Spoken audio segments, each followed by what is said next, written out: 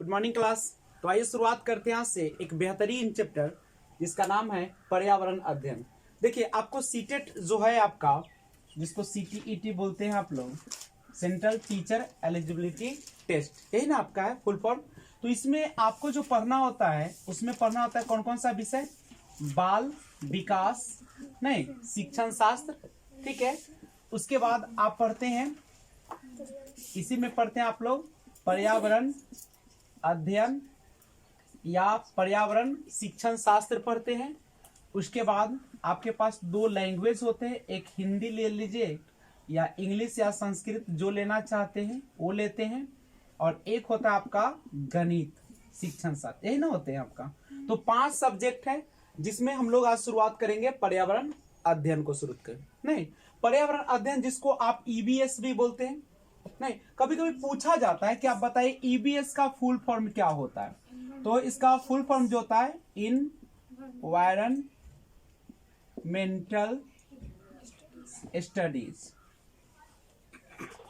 तो ध्यान रखिएगा, इसको इन्वायरमेंटल स्टडीज बोलते हैं। इंग्लिश में आप लिख सकते हैं इसको ENVIRONMENTALSTUDIES। नहीं, इन्वायरमेंटल स्टडीज होता है। तो अब सवाल आता है कि जो ईबीएस है, अब इसमें हम कौन कौन से विषय को शामिल करते हैं। तो इसमें हम शामिल करते हैं सोशल साइंस को, सामाजिक विज्ञान को, नहीं उस प्लस आप इसी में किसको शामिल कर लेते हैं, साइंस को भी शामिल कर लेते हैं। इसी में आप क्या पढ़ लेते हैं, मैथ भी पढ़ लेते हैं, और इसी में आप क्या कर लेते हैं, लैंग्वेज भी कर लेते हैं, ये ना करते हैं। यानी सारे पूरे जो आपका वातावरण के आसपास जो भी है सबको आप क्या कर लेते हैं, एक साथ कंबाइन कर लेते हैं होलिस्टिक वे में, यानी कह सकते हैं कि एक समग्र रूप में हम लोग क्या करते हैं, इसका अध्ययन करते हैं। ये बहुत इंपॉर्टेंट बात है, ध्यान रखिएगा। जो बच्चे होते हैं वह जो इन्वायरमेंटल स्टडीज का अध्ययन करते हैं वह किस रूप में करते हैं, समग्र रूप में करते हैं। ऐसा नहीं है कि नदी को देखा तो कहेगा कि यह भूगोल का पाठ है, नहीं। अगर कोई कौन सा आला को देखा तो कहेगा कि ये मेडिकल लाइन का है, ऐसा नहीं होता। नहीं, चिकित्सा का वो सबको ना एक ही रूप में देखता है, और वो होता है आपका कौन सा, ईबीएस। ठीक है, सबसे पहली बात है कि जो आपका ईबीएस सब्जेक्ट है वो एनसीईआरटी, ठीक है,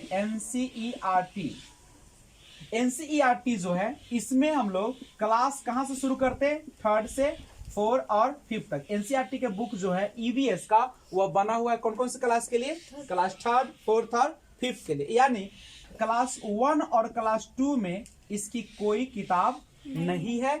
आप देखे होंगे एनसीईआरटी का किताब, तो उसमें जो पहला होता है फर्स्ट क्लास जो होता है उसमें मैथ और केवल क्या रहता है, लैंग्वेज यानी भाषा का एक बुक होता है। ये 2 बुक रहता है, नहीं ठीक है, 2 ही किताब होती है। तो आप इसमें रहता है। कभी कभी पूछता है क्वेश्चन कि बताइए कि ईबीएस की पढ़ाई जो शुरुआत होती है एनसीईआरटी के तहत, एनसीईआरटी के तहत एनसीईआरटी का निर्माण कौन करता है, ये आपका सीबीएसई के द्वारा किया जाता है। सीबीएसई के बोर्ड मेंबर्स के द्वारा होते हैं, या बहुत सारे इसमें सदस्य होते हैं। तो एनसीईआरटी के तहत क्लास 1 और 2 में जो है क्या नहीं पढ़ाया जाता है, आपका ईबीएस नहीं पढ़ाई जाती। क्यों नहीं पढ़ाई जाती है, क्योंकि उसे 1 और 2 में वो मैथ और गणित और भाषा के माध्यम से उसको क्या कर दिया जाता है, सिखा दिया जाता है। करेक्ट है। और क्लास 3, 4 और 5 से इसकी शुरुआत होती है, और इसमें वो होता है समग्र रूप से, यानी सारे चीजों को उसमें क्या कर लिया जाता है, शामिल कर लिया जाता है। तो आप एनसीईआरटी का ऐसा कर सकते हैं कि आप ऑल एनसीईआरटी बुक्स जो होते हैं वो आप प्ले स्टोर से क्या कर सकते हैं, डाउनलोड कर लीजिए, और उसमें आप एनसीईआरटी का क्लास 3rd, 4th और 5th का क्या कर लीजिए, पढ़ लीजिए, आप आराम से हो जाएगा। तो सबसे अच्छा तैयारी वही होगा कि आप बुक को क्या करें, लाइन बाय लाइन पढ़ लीजिए। उसमें बहुत सारा कहानी भी होता है, समझे। हम लोग के पास अभी टाइम भी है कि हम लोग क्या कर ले, क्लास 3rd, 4th और 5th का पढ़ ले। कोई दिक्कत? तो यहां से कई क्वेश्चन आ गया। सबसे पहले पर्यावरण अध्ययन, नामे से लग रहा है पर्यावरण मतलब क्या, परि प्लस आवरण। नहीं, परि माने क्या होता है, चारों ओर, और आवरण माने घेरा, चारों ओर से जो घिरा होगा उसी को हम लोग क्या कहेंगे, पर्यावरण। अध्ययन माने क्या, उसको हमें सीखना है, नहीं जानना है। और ईबीएस का फुल फॉर्म होता है इन्वायरमेंटल स्टडीज। नहीं, कभी कभी ये भी पूछा है और इसके अंतर्गत कौन कौन से विषय आएंगे? सोशल साइंस आएंगे, साइंस आ सकता है, मैथ आ सकता है, लैंग्वेज आ सकता है, यानी सब का सब यही ना होते हैं। मैथ को इसमें क्या करें, ठीक है। तो सारा विषय को इसमें हम लोग क्या कर लेते हैं, शामिल कर लेते हैं किसमें, ईबीएस के तहत। इसकी पढ़ाई कहां से शुरुआत होगी? क्लास 3rd 4th और 5th से। क्लास 1 और 2 में इसकी पढ़ाई नहीं होती है, ईबीएस की कोई बुक नहीं है, उसको हम गणित और भाषा के माध्यम से सीखेंगे। करेक्ट है। तो सबसे पहले आप इसको एक छोटा सा क्या कर लीजिए, नोट्स बना लीजिए, और उसके बाद हम लोग क्लास को आगे ले चलते हैं। बस इसको ध्यान रखिएगा कि पर्यावरण अध्ययन जो होता है उसमें कौन कौन से विषय शामिल हो जाएंगे। तो आपके विषय हो जाएंगे सामाजिक विज्ञान होंगे, उसके बाद आपका विज्ञान शामिल हो जाएगा, और आपका पर्यावरण शिक्षा। तो ये 3 शामिल रहते हैं इसमें।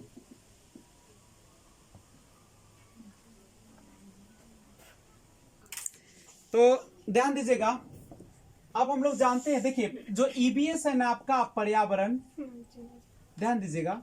तो ईबीएस में ना 2 चीज होता है, एक थीम्स होता है, एक सब थीम्स होता है।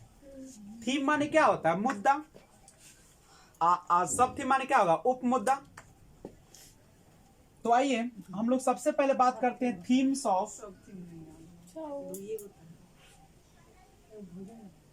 ऑफ ईवीएस, यानी पर्यावरण।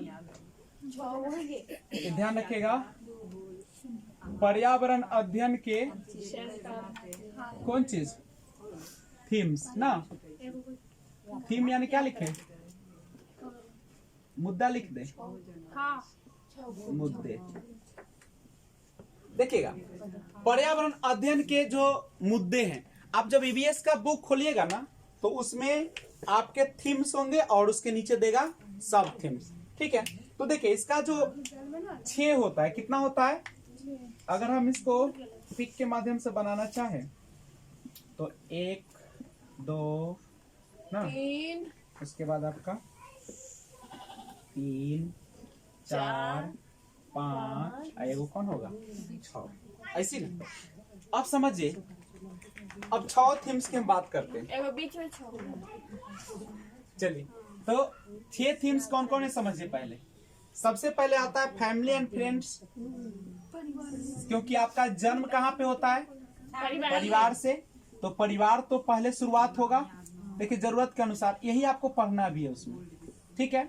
यानी परिवार एवं दोस्त, यही ना आपका परिवार एवं दोस्तों। उसके बाद सबसे पहले परिवार में जन्म लिए, और जन्म लिए तो आसपास जाइएगा, तो आसपास क्या होगा आपका? आपके हम उम्र के साथी सब मिलेंगे या बड़े। उसके बाद जब आपको परिवार मिल गया, आसपास के लोग भी मिल गए, तब आपको क्या जरूरत होगी?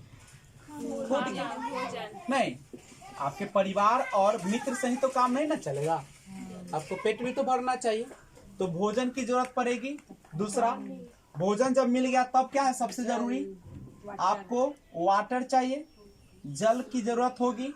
खाना खा ले तो पानी चाहिए ना आधा घंटा बाद, ठीक है। और उसके बाद ये भी मिल गया, तब आपको क्या चाहिए? शेल्टर, आश्रय की जरूरत होगी।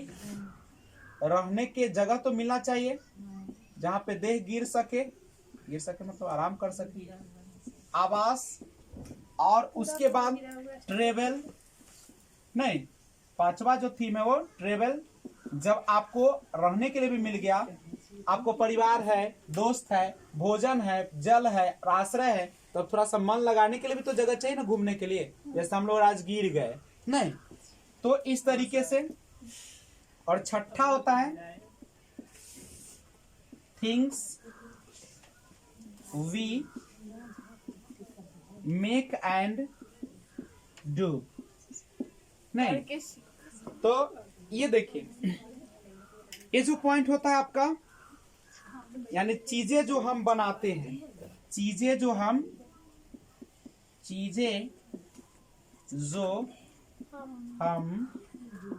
बनाते हैं, ये ना आपका। गौर कीजिए, सबको याद कीजिए। सबसे पहले क्या होगा? परिवार एवं दोस्त, नहीं। उसके बाद आएगा आपका भोजन, उसके बाद कौन आएगा आपका? भोजन, और भोजन जब मिल गया तो क्या चाहिए आपको? जल चाहिए, और जल मिल गया तब क्या चाहिए आपको? रहेला जगह, आश्रय, और आश्रय हो गया तो यात्रा, घूमेला चाहिए, घूमने के लिए मिल गया। उसके बाद क्या चाहिए आपको? चीजें जो हम बनाते हैं ना, उसके बाद हम लोग बनाएंगे, कुछ प्रोडक्ट भी तो निर्माण करेंगे ना, इस सब को चलाने के लिए आपको आमदनी भी तो होना चाहिए। तो चीजें जो हम बनाते हैं, तो ये 6 जो है आपका कौन चीज है? वो थीम्स है। देखिए वहां पे जाइएगा ना एग्जाम में, तो वहां पे मुद्दे ना लिख के आपको क्या लिख देता है? थीम्स ही लिखेगा सर, ठीक है, यही लिखता है, तो वहां पे कंफ्यूज मत हो जाइएगा, ठीक है। तो आपको याद कर लेना, परिवार पहला हो जाएगा परिवार एवं दोस्त, दूसरा हो जाएगा भोजन, भोजन के बाद जल, पानी, और तीसरा आश्रय, सॉरी तीसरा जल हो गया, चौथा आश्रय, पांचवा यात्रा, और छठा चीजें जो हम बनाते हैं। तो इसको इतना बार अभ्यास कीजिए कि आपको क्या हो जाए? याद हो जाए, ताकि वहां पे कंफ्यूज ना हो। ध्यान दीजिएगा, ये तो थीम्स है, जो ये मुद्दा है, और उप मुद्दा भी होता है, सब थीम्स भी होता है। देखिए सब थीम्स जो होते हैं मतलब क्या, इसके अंदर भी कुछ और पार्ट्स पढ़ना है। तो देखिए फैमिली का सब थीम्स होता है उप मुद्दा, और फूड का होता है। फैमिली और फ्रेंड्स में 4 सब थीम्स पढ़ना है, और फूड में आपको 5 पढ़ना है, यानी टोटल कितने सब थीम्स पढ़ने? 9 पढ़ने। थीम है आपका 6, और सब थीम्स हो जाएंगे 9। परिवार एवं दोस्त का हो जाएगा 4, और भोजन में कितने हो जाएंगे? 5। तो आइए हम लोग सब थीम्स को देखते हैं। सबसे पहले देखेंगे परिवार और मित्र, नहीं फैमिली एंड फ्रेंड्स का कौन चीज? सब थीम्स देखेंगे। बस याद रखिएगा, कभी कभी क्वेश्चन इस तरीके से डालता है कि बताइए निम्न में से कौन सा जो है थीम्स नहीं है। नहीं, ऐसे क्वेश्चन है, थीम्स नहीं है, जैसे आपको दे देगा, मान लीजिए सब ऑप्शन वैसे ही रहेगा। जैसे कौन कौन सा रहेगा? सबसे पहले हम लोग शुरू करते हैं परिवार और मित्र, भोजन शुरू करेंगे, नहीं उसके बाद आपका पानी रहेगा ना, जल रहेगा, और एक चीज जो है आपको सब थीम्स में से डाल देगा, कोई भी डाल सकता है, स्वाद डाल दे, टेस्टिंग डाल दे, या कुकिंग डाल दे, तो वह जो हो जाएगा आपका क्या हो जाएगा? सब थीम्स हो जाएगा। आइए हम लोग देखते हैं सब थीम्स। सब थीम्स गौर कीजिएगा, अभी तक हम लोगों ने थीम देखा, कितने थे टोटल? 6, और अब सब थीम्स देखते हैं। पर्यावरण अध्ययन के उप मुद्दे कहिए, नहीं तो सब थीम्स जो होगा 2 ही का होगा, एक होगा परिवार एवं मित्र का, और दूसरा होगा आपका भोजन का। बस याद रखिएगा, पूछता है क्वेश्चन कि बताए निम्नलिखित में से किसमें किसके सब थीम्स हो सकते हैं, तो किसका किसका हो सकता है? परिवार और मित्र का और भोजन का, और बच गया उसका नहीं होगा। इसको पूरी तरीके से दिमाग में रखिए, क्वेश्चन आएंगे ही। तो सबसे पहले परिवार एवं मित्र के आप सब थीम्स पढ़ेंगे, ठीक है, फैमिली एंड फ्रेंड्स, और इसके कितने हम लोग पढ़ेंगे सब थीम्स? 4 सब थीम्स होंगे। पहला कौन होगा? तो सबसे पहले होता है आपसी संबंध। जब आप परिवार और मित्र में रहेंगे तो आप एक दूसरे से क्या रखेंगे? मिलजुल कर रहेंगे। आपसी संबंध मजबूत होना चाहिए, नहीं मतलब यह है कि उसमें किसी भी प्रकार का जालसाजी ना हो, नहीं एक दूसरे पर भरोसा हो, विश्वास हो, तभी तो परिवार होगा ना। तो आपसी, परिवार और मित्र में आपसी संबंध होगा, जिसको हम लोग इंग्लिश में बोलते हैं रिलेशनशिप्स बोलते हैं, नहीं रिलेशनशिप्स। पहला हो गया आपसी संबंध, पहला कौन हो गया? आपसी संबंध। और दूसरा जो होता है इसका काम और खेल, नहीं काम और खेल, works and play, works and play, काम एंड वर्क। पहले आपने आपसी संबंध बनाया, उसके बाद काम और खेल होगा। तीसरा जो होता है वह होता है जानवर, नहीं एनिमल्स के बारे में हम लोग को पढ़ना है। और उसके बाद आपका आ जाता लास्ट में पौधे, यानी प्लांट्स, यही ना होगा आपका। तो ध्यान रखिएगा कि परिवार और मित्र जो है इसके सब थीम्स होते हैं आपसी संबंध, काम और खेल, तीसरा जानवर, और चौथा इसका आ जाएगा पौधा। यही आपको जानवर पौधा उसमें लगा देता है और आप लोग कंफ्यूज हो जाते हैं और थीम में टिक कर लेते हैं, नहीं जबकि क्या है आपका सब थीम है। किसका सब थीम है? ये आपका परिवार और मित्र का, नहीं तो परिवार और मित्र का सब थीम होगा, और एक होता है सब थीम किसका, भोजन का होता है, जिसमें कितने सब थीम्स हो जाएंगे, 5 हो जाएंगे। तो सबसे पहले इसको नोट करिए, तो हम लोग भोजन का सब थीम देखेंगे। आइए अब देखते हैं भोजन का, ठीक है। तो सबसे पहले देखिए सब थीम्स जो होते हैं, एक आपका है किसका, परिवार और मित्र के साथ, और दूसरा कौन है, फूड के साथ, यानी भोजन का, यही ना आपका है, ध्यान दीजिएगा बच्चे लोग। तो भोजन जो है इसमें कितने सब थीम्स होते हैं, 5 होते हैं। टोटल सब थीम्स कितने हो जाएंगे, 9 हो जाएंगे। 4 हो जाएगा परिवार और मित्र का, और 5 हो जाएगा भोजन का। और थीम्स कितने होंगे, 6 होंगे। याद हो गया होगा अब नहीं। पहला कौन था, परिवार और मित्र, दूसरा भोजन, तीसरा पानी, चौथा आश्रय, पांचवा यात्रा, और छठा आपका चीजें बनाते हैं, यानी चीजें हम कैसे बनाते हैं, ये ना होगा। और अब सब थीम्स में एक बार देखिए, तो सब थीम्स में परिवार और मित्र में हम लोगों ने पढ़ा। तो सब थीम्स पहला कौन हो जाएगा उसका, आपसी संबंध, आपसी काम और खेल, और तीसरा जानवर, और चौथा पौधा, ये ना होगा। अब आइए इसका देखिए, पांचों का पांचों देखते हैं। सबसे पहले हम लोग इसमें अगर देखें, तो पहला जो सब थीम्स होता है, उप मुद्दे जो होते हैं, उसमें आता है आपका स्वाद, नहीं, जिसको हम लोग टेस्टिंग कहते हैं, ठीक है, स्वाद। और दूसरा इसका आता है पाचन, पहले स्वाद लीजिए और उसके बाद लाट टपकेगा और उससे क्या हो जाएगा, पाचन हो जाएगा, डाइजेस्टिंग हो जाएगा, नहीं। और तीसरा जो इसमें आता है, भोजन पकाने की विधि, भोजन पकाने की विधि, नहीं, भोजन पकाने की विधि यानी कुकिंग जिसको आप बोलते हैं। और चौथा जो हो जाता है, भोजन जब बनाएगा तो उसको सुरक्षित भी तो रख रहा है ना, नहीं, भोजन का संरक्षण यानी प्रिजर्विंग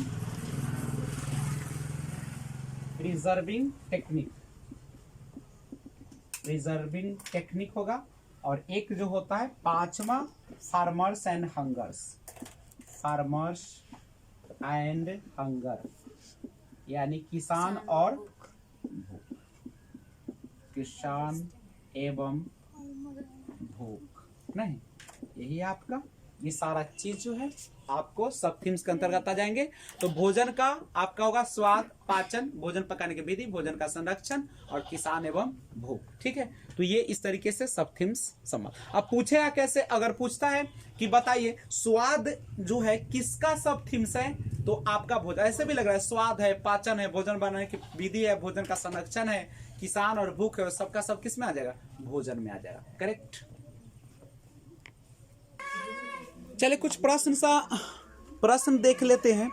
पहला क्वेश्चन है कि निम्नलिखित में से क्या पर्यावरण अध्ययन के संदर्भ में सही है, बताइएगा। पहला ऑप्शन, पर्यावरण अध्ययन एक विषय है जो 1 से 5 तक की कक्षाओं में पढ़ाया जाता है। क्या पढ़ाया जाता है पर्यावरण, क्या 1 से लेकर 5वीं तक पढ़ाई जाती है। दूसरा, 1 एवं 2 के कक्षाओं के लिए भाषा और गणित के माध्यम से पर्यावरण अध्ययन कराया जाता है। या 1 से 2 तक की कक्षाओं के लिए पर्यावरण अध्ययन से जुड़े मुद्दे विज्ञान और सामाजिक विज्ञान के द्वारा पढ़ाए जाते हैं। और एक और ऑप्शन है, आपको बिल्कुल सही खोजना है, 2, 3, 4 की कक्षाओं के लिए पर्यावरण अध्ययन से जुड़े मुद्दे को भाषा और गणित के माध्यम से पढ़ाया जाता है। भाषा गणित के माध्यम से पढ़ाया, भाषा और गणित के माध्यम से ही क्लास 2, 3, 4 के कक्षाओं में पर्यावरण पढ़ाए जाते हैं। पर्यावरण का बुक होता है 4, 5 में, ठीक है।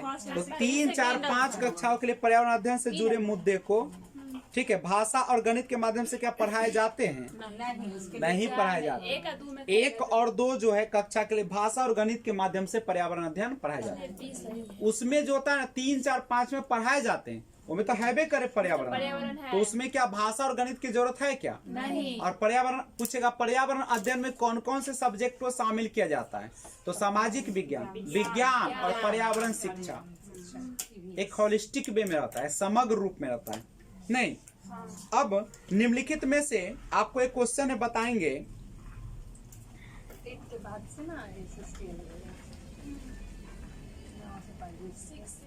पूछे क्वेश्चन। क्वेश्चन है, निम्नलिखित में से कौन सा पर्यावरण अध्ययन पाठ्यक्रम के सुझावित प्रकरणों का उप प्रकरण है। देखिए क्वेश्चन ऐसे ही न चाहता है जो देखो थीम को हम अभी मुद्दा बोल रहे थे ना, मुद्दे, इसी को प्रकरण भी कहा जाता है और सब थीम्स जो होते हैं उसको क्या बोला जाता है, उप प्रकरण। क्या बोला जाता है, उप प्रकरण या मुद्दे। देखिए वहां पे जरूर आप पेडागोगी देखिए तो इंग्लिश देखना जरूरी है क्योंकि वहां पे नेम क्या कर लेता है, चेंज करता है। तो पूछा है कि कौन सा पर्यावरण अध्ययन पाठ्यक्रम के सुझावित प्रकरणों का उपक्रम है। उपक्रम समझ रहे हैं ना, सॉरी उपक्रम का उप प्रकरण है। तो आपको अब तो याद हो गया है प्रकरण में कौन कौन सा शामिल हो जाएगा, आप ही बताइए। सबसे पहले परिवार एवं मित्र हो जाएगा, फैमिली एंड फ्रेंड्स। उसके बाद आ जाएगा भोजन, तब आ जाएगा पानी, और उसके बाद आश्रय, उसके बाद यात्रा, और हम चीजें कैसे बनाते हैं। अब सब थीम्स की बात करते हैं तो उसमें आ जाता है कौन सा, दो ही का सब थीम्स बनते हैं, एक परिवार और मित्र। परिवार में कौन कौन शामिल, एक बार फिर से रिवाइज कर लेते हैं। परिवार और मित्र में कौन कौन आ जाएगा, सबसे पहले आपसी संबंध, तब क्या होगा, काम और खेल होगा, तब जानवर, पौधा, यही ना चार होगा। ठीक है, काम फिर से एक बार देखते हैं, आपसी संबंध, काम और खेल, जानवर और पौधा, चार। और भोजन में अगर हम चलेंगे तो भोजन में स्वाद,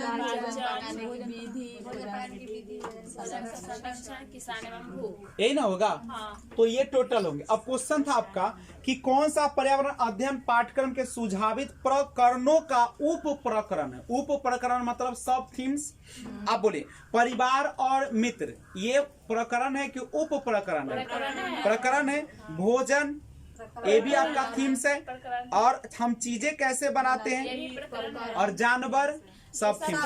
तो आंसर कौन हो गया, जानवर। कोई दिक्कत नहीं है। अगला क्वेश्चन, पर्यावरण अध्ययन में संकल्पनाओं और मुद्दों को विज्ञान और सामाजिक विषय के रूप में नहीं रखा गया है। क्यों?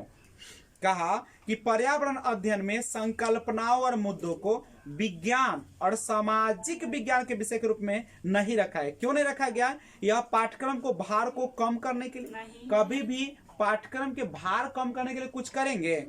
सीबीएसई के द्वारा पर्यावरण अध्ययन के पाठ्यक्रम को इसी प्रकार से निर्धारित किया गया है, कोई बातें नहीं है। यह शिक्षण अधिगम की एक अच्छी युक्ति है। अच्छा है कि खराब है, कौन कहे वाला है? इस आयु वर्ग के बच्चे अपने परिवेश को समग्र रूप में देखते हैं, यही होगा। इसीलिए उसको यहाँ पे एक थोड़ा सा हटा दिया है कि संकल्प, हाँ अच्छा, विज्ञान और समाज विषय में नहीं रखा गया, यानी उसको सामाजिक विज्ञान या विज्ञान का किताब न देकर उसको क्या रख दिया गया है, ईबीएस रख दिया गया। नहीं, क्या रख दिया गया? ईबीएस। क्यों रखा गया? चूंकि इसमें बच्चा नदी को देख के न कहे कि भूगोल का पाठ है, चट्टान को देखकर न कहे कि भूगोल का पाठ है, 1857 की क्रांति इतिहास का पाठ है। वो सबको क्या करे, एक, यानी इस आयु वर्ग के बच्चे अपने परिवेश को समग्र रूप में देखते हैं। समग्र मतलब सबको शामिल करते हुए देखते हैं। बात समझ में आ रहा है? अच्छा, पर्यावरण अध्ययन के पाठ्यक्रम में उप विषयों के स्थान पर थीम को प्रस्तावित किया गया है। क्यों? थीम दिया गया ना। उप विषयों की तुलना में थीम आधारित पर्यावरण अध्ययन का संपादन आसान हो गया है। क्या कोई एक उप विषय बना देता, विज्ञान के उप विषय चाहे सामाजिक विज्ञान को, उससे आसान हो गया है क्या? नहीं। पर्यावरण अध्ययन के पाठों को कम करने के लिए, क्या पाठ कम हो जाए? बच्चों के परिवेशीय बोध में वृद्धि करने के लिए ये हो सकता है, लेकिन देखना है सब ऑप्शन। बच्चों के स्थानीय परिवेश के मुद्दे से जुड़े हुए और अंतर संबंधित समझ के विकास के, वो भी था लेकिन इसमें और बढ़ा दिया, इसमें अंतर संबंधित एक दूसरे से जोड़कर। तो यही आपका क्या हो जाएगा? अगला क्वेश्चन देखेंगे। अच्छा बताइए, निम्नलिखित में से कौन सा वर्तमान पर्यावरण अध्ययन पाठ्यक्रम के 6 मुख्य थीमों में से एक नहीं है? बात समझ में आ रहा है? जो आपका पाठ्यक्रम के 6 मुख्य थीम है ना, उसमें से नहीं है। कौन? काम और खेल, यही नहीं ना। भोजन है, आवास है, हम चीजें कैसे बनाते हैं, सब थीम है। लेकिन काम और खेल जो है वह सब थीम है। किसका सब थीम है? काम और खेल जो है आपका परिवार और मित्र का। नहीं, परिवार और मित्र का। और पर्यावरण का पढ़ाई जो होता है क्लास 1 और 2 में किसके माध्यम से होता है? गणित और भाषा के माध्यम से होता है। अच्छा, विषय वस्तु जो होना चाहिए पर्यावरण का कैसा होना चाहिए? बाल केंद्रित होना चाहिए। कैसा होना चाहिए? और विषय वस्तु शिक्षार्थियों को प्राकृतिक एवं सामाजिक सांस्कृतिक पर्यावरण से जोड़े और उसको एकीकृत तरीके से जोड़े। कैसे जोड़े? एकीकृत माने सबको शामिल कर लेना। विषय वस्तु विद्यार्थियों के मानसिक स्तर के कैसा होना चाहिए? अनुकूल होना चाहिए। और विषय वस्तु शिक्षार्थियों में पर्यावरण के प्रति सरोकार उत्पन्न करे। सरोकार माने जोड़ ना। और विषय वस्तु शिक्षार्थियों को उन पद्धतियों और प्रक्रियाओं से अवगत कराए जो या ज्ञान उत्पन्न करने में क्या करती है? मदद करती है। विषय वस्तु शिक्षार्थियों को प्रश्न पूछने और खोजने का क्या देती है? मौका देती है। तो ऐसा करें। आगे बढ़ने से पहले हम लोग कुछ पॉइंट्स को अगर नोट कर ले तो ज्यादा हम लोग के लिए क्या हो जाएगा? फायदेमंद हो जाएगा। आइए देखिए विषय वस्तु को। देखिए विषय वस्तु जो होना चाहिए बाल केंद्रित होना चाहिए। बाल केंद्रित मतलब बालकों को ध्यान में रख के करना चाहिए कोई भी चीज। मान लीजिए कोई भी अगर कार्य होना है तो सबसे पहले किससे राय लेना है? बच्चों से। और बच्चों को रुचि, बच्चों के जो चीज है वो जिज्ञासा या जो इसका इंटरेस्ट है उसको ध्यान में रखना है। यानी हमेशा आपको केंद्र में किसको रखना है? बच्चे को आप ना समझ नहीं समझेंगे। बच्चे को ज्ञान रहता है पहले से, नहीं वो अपने आसपास या वातावरण से सीख कर आते हैं। उसके बाद विषय वस्तु शिक्षार्थियों को प्राकृतिक एवं सामाजिक सांस्कृतिक, देखिए सामाजिक नहीं प्राकृतिक सामाजिक सांस्कृतिक पर्यावरण से जोड़े और उनको एकीकृत तरीके से जोड़े। एकीकृत मतलब क्या होता है? एक साथ सबको, नहीं अलग अलग करके नहीं। विषय वस्तु शिक्षार्थियों के मानसिक स्तर के अनुकूल हो। ऐसा नहीं कि बच्चे का जो है मेंटल जो लेवल है वह नीचा है और आप क्या कर रहे हैं? ऊपर दे रहे। मान लीजिए बच्चा भी क्लास 2 में और आप उसको क्लास 10 जैसा पढ़ा रहे हैं तो क्या वैसा हो पाएगा? नहीं। तो जिस लेवल का है उसी लेवल के अनुसार हमको उसको क्या करना है? शिक्षार्थियों को विषय वस्तु अनुकूल उसी के देना है। विषय वस्तु, सब विषय वस्तु की बात हो रही है। शिक्षार्थियों में पर्यावरण के प्रति सरोकार उत्पन्न करें। सरोकार का मतलब समझते हैं? उसके प्रति रुचि उत्पन्न कीजिए, नहीं। और विषय वस्तु शिक्षार्थियों को उन पद्धति और प्रक्रियाओं से अवगत कराए जो या ज्ञान उत्पन्न करने में क्या करती है? मदद करती है। क्या मदद करती है?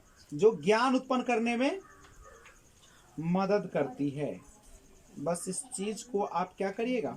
दिमाग में रखिएगा। उसके बाद है अगला पॉइंट, शिक्षार्थियों को प्रश्न पूछ। ये सबसे बड़ी बात है।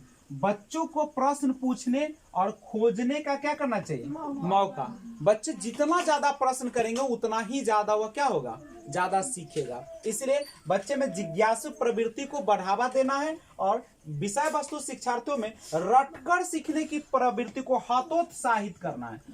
उत्साहित और हतोत्साहित। उत्साहित माने बढ़ावा देना, हतोत्साहित माने नीचे गिराना। नहीं, तो बच्चे को कभी भी हतोत्साहित नहीं करना है, निराश नहीं करना है, उसकी भावनाओं को ठेस नहीं लगाना है उसको, और रटंत प्रणाली को बिल्कुल क्या कर देना है?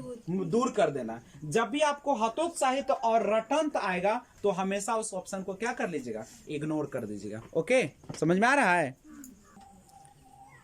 आइए देखते हैं विषय वस्तु शिक्षार्थियों के वैविध्यपूर्ण परिवेश। देखिए ये बहुत इंपॉर्टेंट है। वैविध्यपूर्ण परिवेश का मतलब क्या होता है? इसी को हम लोग कहते हैं समृद्ध वातावरण। समृद्ध वातावरण का मतलब क्या है? जिसमें हर तरह के जो होता है भाषा, हर तरह के रीति रिवाज, हर तरह के जो बैकग्राउंड है उसके छात्र क्या होंगे? उसमें मौजूद होंगे। तो ये क्वेश्चन पूछता है भैया कि कैसा वातावरण आपको देना है? समृद्ध वातावरण या वैविध्यपूर्ण परिवेश और पृष्ठभूमि की जरूरतों को पूरा करे। विषय वस्तु ऐसा होना चाहिए कि हर तरह के जो पृष्ठभूमि है उस सबको क्या करे? वह पूरा कर सके। विषय वस्तु परिभाषाओं, परिभाषा, शब्दावली एवं अमूर्त अवधारणाओं की व्याख्या न करे। नहीं, विषय वस्तु कैसा होना जिसमें परिभाषा नहीं होना चाहिए, शब्दावली नहीं होना चाहिए और मूर्त अवधारणा नहीं होना चाहिए। यानी बच्चे के सामने मूर्त धारणा रहे। मूर्त मतलब जो चीजें पेश करना है, समझाना, उसको उसके सामने पेश करना पड़ेगा। जैसे मान लीजिए हम आम के बारे में बता रहे, तो आम का आपको पिक्चर रखना पड़ेगा, या तो पिक्चर रखे या प्लास्टिक का जो आता है उसको रखिए। ह्यूमन के बारे में पढ़ा रहे तो ह्यूमन का पूरा स्ट्रक्चर रखिए। करेक्ट है। हस्तपरक ये बहुत इंपॉर्टेंट है, एक एक लाइन आप याद करिए। यहाँ पे वैविध्यपूर्ण वातावरण, परिभाषा, शब्दावली और अमूर्त अवधारणा को इग्नोर कर देना, ये ऑप्शन में रहेगा। हस्तपरक क्रियाकलाप को बढ़ाना, यानी बच्चे को करके सीखने, यानी हाथ से जो क्रिया कर सकते, जैसे दौरी बिनना है, अचार बनाना है, नहीं विभिन्न प्रकार के आप जो बनाते हैं, अलमीरा बनाते हैं, तो ये सारा हस्तपरक होना चाहिए। ठीक है। क्रियाकलाप को बढ़ावा दे और सामूहिक क्रियाकलापों को भी बढ़ावा देना है। बच्चे को मिल चुकी, अब हम लोग रहेंगे तो कहाँ रहेंगे, समाज में रहेंगे, क्या समाज से दूर तो नहीं रहना है। तो जब समाज से रहेंगे तो हम लोगों को सामूहिक क्रियाकलाप को भी क्या करना है, बढ़ावा, ताकि बच्चा क्या कर सके, आगे चल के वह समाज में सबसे मिलजुल कर वह एकताओं को बना के रखे। विषय वस्तु, ये सब किसके बारे में पढ़ रहे हैं हम लोग, विषय वस्तु के बारे में, करिकुलम के बारे में, पाठचर्या के बारे में पढ़ रहे हैं, नहीं उसका जो विषय वस्तु है। विषय वस्तु केवल पाठ पुस्तकों और शिक्षकों के ज्ञान का एकमात्र स्रोत के रूप में प्रस्तुत न करे। जो आपका विषय वस्तु हो केवल पाठ पुस्तक पर नहीं, किताबी कीड़ा नहीं बनाना है, और शिक्षकों के ज्ञान का एकमात्र स्रोत के रूप में भी प्रस्तुत न करे। क्या ज्ञान का जो है एक स्रोत जो है वह क्या केवल शिक्षक ही होता है, कि ज्ञान का स्रोत सब कुछ है। आप पर्यावरण से भी सीखते हैं, आप आसपास के लोगों से भी सीखते हैं, नहीं आप शैक्षिक और क्या होता है सह शैक्षिक दोनों से सीखते हैं। तो यहाँ पे आप यह ना समझे कि शिक्षक जो है ज्ञान का एकमात्र स्रोत है। क्या अभी तो बहुत सारी चीज है, आप यूट्यूब से भी सीख लेते हैं, नहीं आप गूगल से भी सीखते हैं, आसपास के वातावरण सीखते हैं, घरेलू वातावरण, आसपास के वातावरण सभी से सीखते हैं। तो आपको केवल पाठ पुस्तक और एकमात्र ज्ञान का स्रोत शिक्षक के रूप में प्रस्तुत ना करे, ये ध्यान रखेगा, इसको नहीं करना है। और विद्यार्थियों को परिवार, समुदाय या अन्य माध्यमों जैसे समाचार पत्रों और अर्जित करने के लिए बढ़ावा दें। नहीं, यानी विद्यार्थी विषय वस्तु ऐसा होना चाहिए जो विद्यार्थियों को परिवार, समुदाय, अन्य माध्यमों जैसे समाचार पत्रों से अर्जित करने के लिए बढ़ावा दे, यानी उसको विभिन्न प्रकार के चीजों से सीखने का एक माहौल दे। और सबसे बड़ा बात है वास्तविक घटना और दैनिक जीवन, ये क्वेश्चन कई बार पूछा है। नहीं तो विषय वस्तु वास्तविक घटना समझ रहे, जैसे आप जा रहे थे यहाँ से कहाँ जा रहे थे, मान लीजिए महुआ जा रहे थे, और महुआ में जा रहे थे तो पेड़ आपको गिरा हुआ दिखाई दिया या पेड़ बहुत सारा बिखरा हुआ दिखाई दिया, तो आप उसके घटना से आधारित चीजों को बताएं। नहीं, और दैनिक जीवन की समस्याओं को समावेश हो। दैनिक जीवन की समस्या, जैसे दैनिक जीवन में बहुत सारी समस्या आती है, जैसे आप सही से भोजन नहीं लेते तो आपको गैस्ट्रिक का प्रॉब्लम हो जाता है, गैस समस्या हो जाती है, भूख नहीं लगती है, नहीं बहुत सारा चीज होता है। तो ये जो आपकी दैनिक समस्या, सब दैनिक समस्या है। खाना सही पर न खाना, नहीं पानी सही से नहीं पीना, ये सारा जो है आपकी दैनिक समस्या है। तो और दैनिक समस्या में अब क्या आता है, रोटी कपड़ा मकान, ये भी आपकी क्या है, एक दैनिक समस्या है। और तो इन सब चीजों का समावेश होना चाहिए, और पाठ पुस्तक में वैसी चीजों को समावेश किया जाए जो कि हमारे आसपास मिलते हो। ऐसा नहीं कि आप राजस्थान के फूल के बारे में पढ़ाएं, हमारे यहाँ पे मान लीजिए कि क्या मिलता है, तो यहाँ पे बहुत सारे फूल मिलते हैं, जैसे चमेली है आपका, नहीं और उसके बाद आपका और फूल बताइए कोई, गेंदा का फूल है। और आप मान लीजिए कि आप बात कर रहे हैं रेगिस्तानी फूल के बारे में, तो क्या बच्चा जानेगा? अफ्रीकन फूल के बारे में पता होगा? तो वैसे चीजें के गेहूं है, चावल है, मछली है, ये सब चीज के बारे में यहाँ पे पढ़ाइए, ताकि क्या हो बच्चा उससे आसानी से सीख। क्योंकि यही वातावरण में रहेगा तो आप आसपास के चीजों से उसको परिचित कराएंगे ना।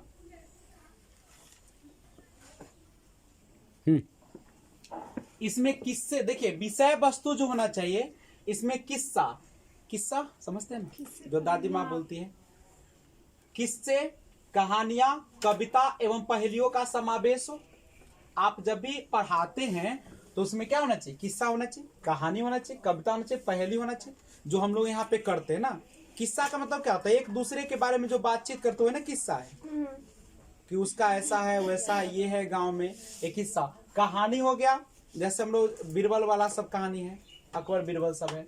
कविता ऐसा होना चाहिए जो उसके क्या लगे और उसके हृदय पर छाप छोड़े, पहेली जिसमें बच्चे को सोचने की क्षमता का विकास करे, ताकि विषय वस्तु की एक रास्ता में बदलाव। एक रास्ता समझते हैं ना, जैसे मान लो कि हम ही आपको पर्यावरण पढ़ाए, लगातार पढ़ाते रह जाए तो आप बोर फील करेंगे, इसलिए हम लोग बीच बीच में क्या करते, इंटरटेनमेंट करते ना, करते कि ना करते। तो इसीलिए एक रास्ता में बदलाव होना चाहिए, एक ढंग से नहीं पढ़ाना। इन्हें के बच्चा के बैठल है दिन भर एकदम रग रहे हैं, और शिक्षार्थियों में आमोद प्रमोद के संग कल्पनाशीलता। आमोद प्रमोद का मतलब क्या होता है, कुछ मनोरंजन भी बीच बीच में होना चाहिए, हंसी ठहाका भी लगना चाहिए। यहाँ पे तो लगे तो कहे कैसा मास्टर है ना। और कल्पनाशीलता, बच्चे के सामने कुछ ऐसी परिस्थिति उत्पन्न करे, मान लीजिए कि आप कहिएगा कि मान लीजिए आप अचानक रोड पर जा रहे थे और आप दौड़ते हुए जा रहे थे, उधर से अचानक से एक बहुत बड़ा सांप आ गया, तो आप क्या कीजिए, तो बच्चा कल्पना करेगा ना, बताएगा। और सृजनशीलता या सृजनात्मकता, सृजनात्मक मतलब नए नए चीजों का सृजन करना।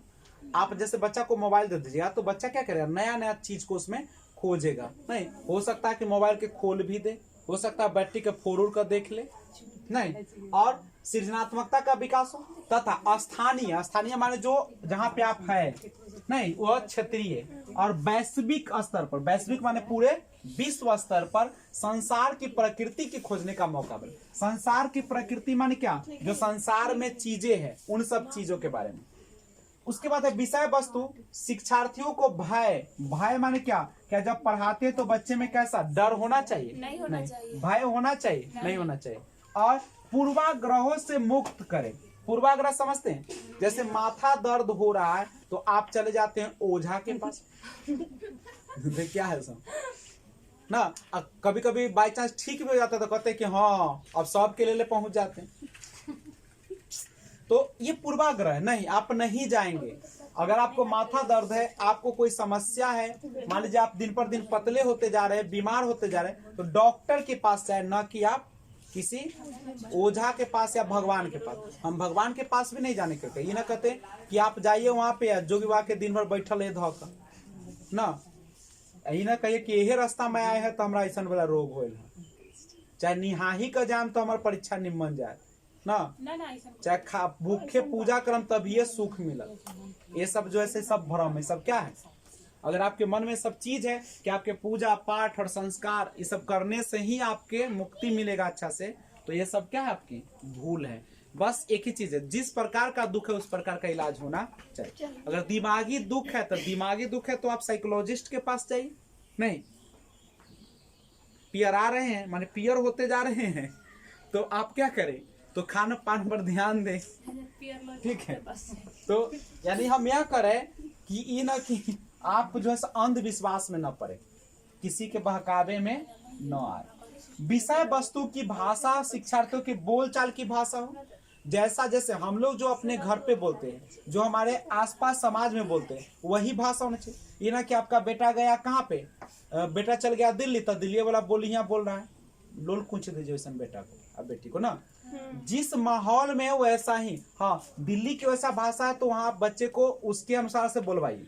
लेकिन जब बच्चा यहाँ आए तो फिर कैसा भाषा बोलवाइए यहाँ ना। आजकल के माँ बाप बड़ा कहेगा बड़ा हमारा बेटा भोथर हो गलो ना, गोबर, वो क्या करेगा, उस बच्चा आएगा तनी टाउन में से तो कहेगा शुद्ध हिंदी बोलता हूँ, मम्मी यहाँ आइए ना, मान लोल पूछ देता था। और वैसे ही बच्चे क्या करते पता है, माँ बाप और अपने रिश्तेदार को वैल्यू, क्योंकि वो पहला ही दिखावा न कर, क्या वो बच्चा के ना पता है कि यहाँ की भाषा कैसन, यही में जन। अगर हम ही मान लो हम दिल्ली गए, अंग्रेजी सीख लिया, अंग्रेजी फराटे बोल सकते हैं, हिंदियों बोल सकते हैं, फिर भी हम यहाँ की आम बोलचाल की भाषा हम सबसे बोलते हैं, तो क्या हम बराती हो गए। कहने का अर्थ है कि आप अपने माँ बाप से वही भाषा में बात करिए जो आपको घरेलू बातचीत करते, नहीं इना के बन गए डीएम तो घरे आकर इंग्लिश झाग ले ना, मम्मी कम हियर हो जाएगा, ठीक है। तो यहाँ पे ध्यान दीजिएगा, विषय वस्तु की भाषा कैसा होना चाहिए।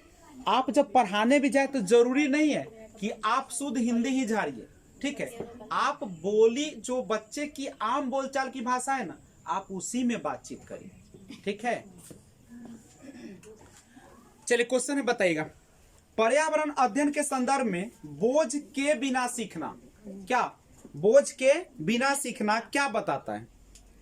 ईबीएस पाठ्यक्रम को आधा कम करने की जरूरत है, नहीं। स्कूल बैग का कम वजन करना, ईबीएस पाठ पुस्तकों में अध्यायों की संख्या कम कर दीजिएगा, नहीं। अबोध का भार कम करने की जरूरत है। अबोध माने समझते हैं, बोध माने होता है समझ, बोध माने क्या होता है समझ, अबोध माने क्या होता है जो बिना समझ के करते हैं, अबोध माने क्या होता है जो बिना समझे। तो अबोध का भार को कम करने की जरूरत है, बोध की भाव को ना बढ़ाना है, यानी समझ समझ कर बच्चे को ऐसा पढ़ाई देना है, ऐसा चीज कराना है कि बच्चे में क्या उत्पन्न हो जाए समझ। और जब आप जाए वहां पे स्कूल में तो कभी भी अपने आप को ये ना समझे कि हम ज्ञाता या शिक्षक है, आप समझे सिंपल कि आप एक मार्गदर्शक है। ठीक है, अगला क्वेश्चन बताइएगा, ईबीएस कक्षा में समूह में सीखने का क्या उद्देश्य है? माने समूह में जो हम लोग सीखते हैं, जैसे ये पढ़ाई हम लोग घर पर भी यूट्यूब से पढ़ सकते थे कि नहीं, लेकिन आप यहाँ पे क्यों आते हैं? ताकि आप क्या एक सामूहिक में सीखेंगे। तो अब यहाँ पे देखो, अब हम लोग यहाँ पे आते हैं तो सबके अपने अपने समझ है, सबका अपना अपना अंडरस्टैंडिंग होती है और सभी अपने अपने विचार को रखते हैं। क्या आप घर पे पढ़ेगा तो विचार मिलेगा? नहीं मिलेगा। तो क्या आप सृजनात्मकता गुनाएगा? इसलिए हमेशा पढ़ना चाहिए किस रूप में? सामूहिक रूप में। लेकिन ग्रुप आपका अच्छा होना चाहिए। नहीं ये ना कि आइले यहाँ पे आप फोन कान में लगल है तो फिर गड़बड़ है नहीं। तो देखिए यहाँ पे क्वेश्चन है कि ईबीएस कक्षा में समूह में सीखने का क्या उद्देश्य? क्यों समूह में सीखते हैं? छात्रों को आसानी से प्रबंधित करना और वर्कलोड को कम कर देना? नहीं, ऐसा नहीं होता ना। तो अगला ऑप्शन है,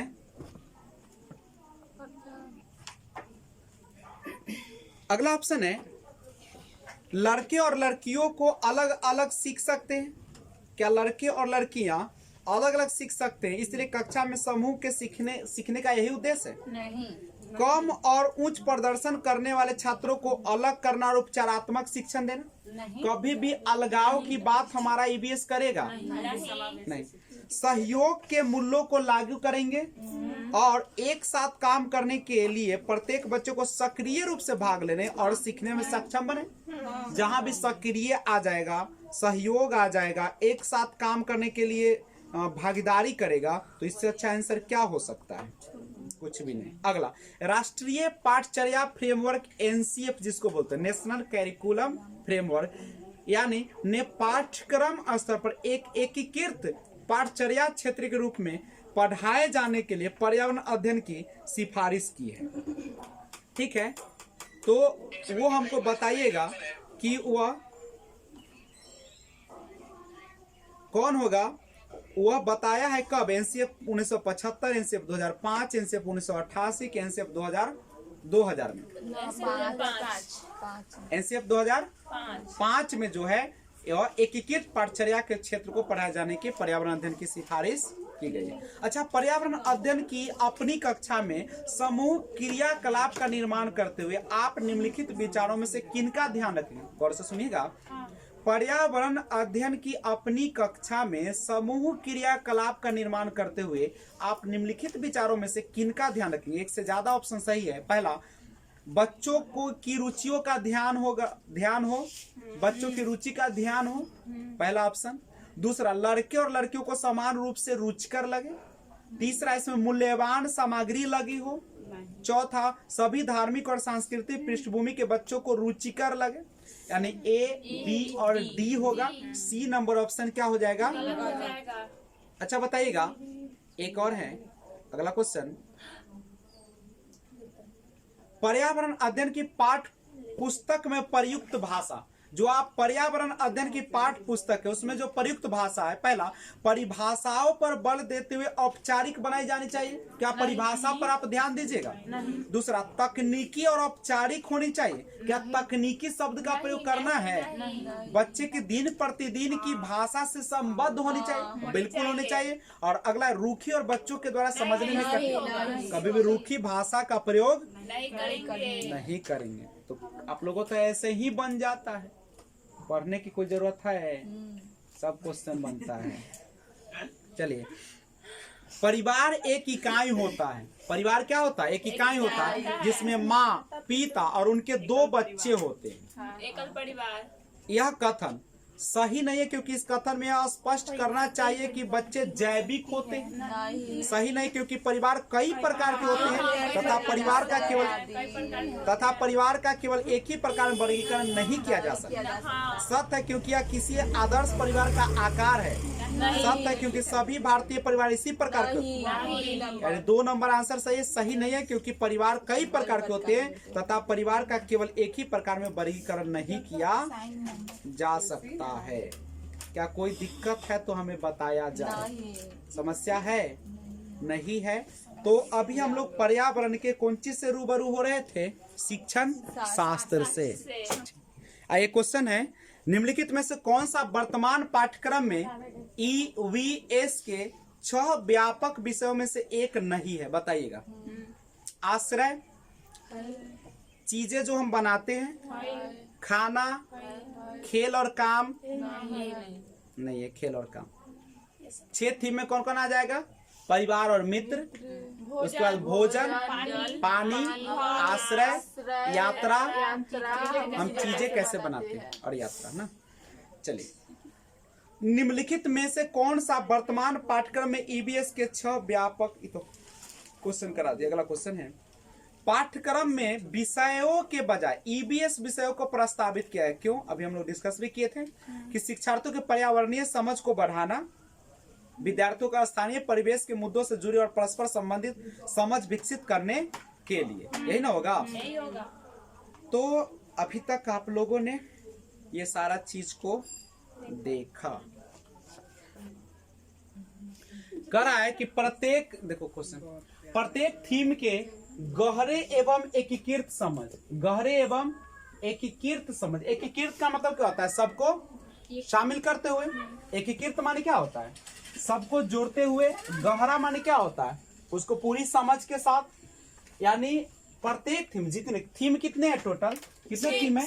6 थीम है ना? तो 6 थीम है, सबको गहराई से समझना और सबको क्या करना? एकीकृत करना। ठीक है, उसको बढ़ावा देना NCERT का क्या है? प्रयास। NCERT का प्रयास क्या है? कि इस एकीकृत और गहरे समझ के साथ प्रत्येक थीम में की क्वेश्चन से शुरू होता है। आप देखिएगा, जब भी आप पर्यावरण का बुक खोलेगा NCERT का, तो सबसे पहले वहां पे ना कुछ क्वेश्चन से स्टार्ट करता है, आसपास के वातावरण से, जिस चीज को पढ़ाना चाहता है उससे रिलेटेड। आप भी जब कक्षा में जाएंगे तो क्या कीजिए, मान लिया आपको भोजन पढ़ाना है, तो सबसे पहले भोजन के बारे में जानेगा कि आपके घर में कैसा भोजन बनता है, कौन कौन सा आपका फेवरेट है, आपकी माँ खाना कब बनाती है, यही सब ना चीज होगा। तो सबसे पहले उसको जोड़ दीजिएगा। उसके बाद लिंग, जाति, संस्कृति, धर्म, भाषा एवं भौगोलिक जो परिवेश है, भौगोलिक माने पूरा नहीं, आप में अंतर किए बिना बताएंगे बच्चे को। क्या लिंग, क्या बताइए, क्या लड़का है तो लड़की है नहीं। उसके बाद जाति, संस्कृति, धर्म, भाषा, भौगोलिक परिवेश, उसमें कहीं भी अंतर नहीं करना है। सबको एक समृद्ध वातावरण उपलब्ध कराते हुए जानकारी देना है। सतत प्रक्रिया मूल्यांकन पर आधारित कोर्स होगा। सतत माने क्या? क्या एक बार आपने उसको कुछ पूछ दिया या कुछ जानकारी ले लिया, मूल्यांकन कर लिया, उसके बाद क्या छोड़ दीजिएगा? नहीं, हमेशा लगातार होती रही। कब तक होती रहनी? जब तक कि वह पूरा आपका उद्देश्य पूरा नहीं हो जाता। स्कूल एवं घर के बीच के वातावरण को क्या करना है? घर के बीच के वातावरण की दूरी को क्या है? दूरी को कम करना है। अगला है, यहाँ पे कह रहा है कि स्कूल और घर के बीच के वातावरण की दूरी को क्या करना है? यानी आपको स्कूल में भी घर के वातावरण को ध्यान रखते हुए दोनों को एक जैसा माहौल प्रदान करना है। ऐसा ना कि बच्चा को लगे कि हम स्कूल में हैं तो हम अलग कहीं आ गए, नहीं, उसको लगना चाहिए कि हम घर पर ही हैं और हम घर पर ही क्या कर रहे हैं? पढ़ रहे हैं। यानी किताबी एवं रटंत प्रणाली को खत्म करना है। ये तो बहुत बड़ी बात है। किताबी और रटंत, ये बहुत इंपॉर्टेंट लाइन है। और बच्चे चारों ओर के वातावरण को समग्र रूप से देखता है। आप जब EVS पढ़ाते हैं तो उसमें क्या है? बच्चा क्या करता है? हर चीज को एक साथ देखता है, उसको अलग अलग विषय नहीं रहता है। EVS में ही क्या कर देते हैं? सारे चीजों को समाहित कर देते हैं।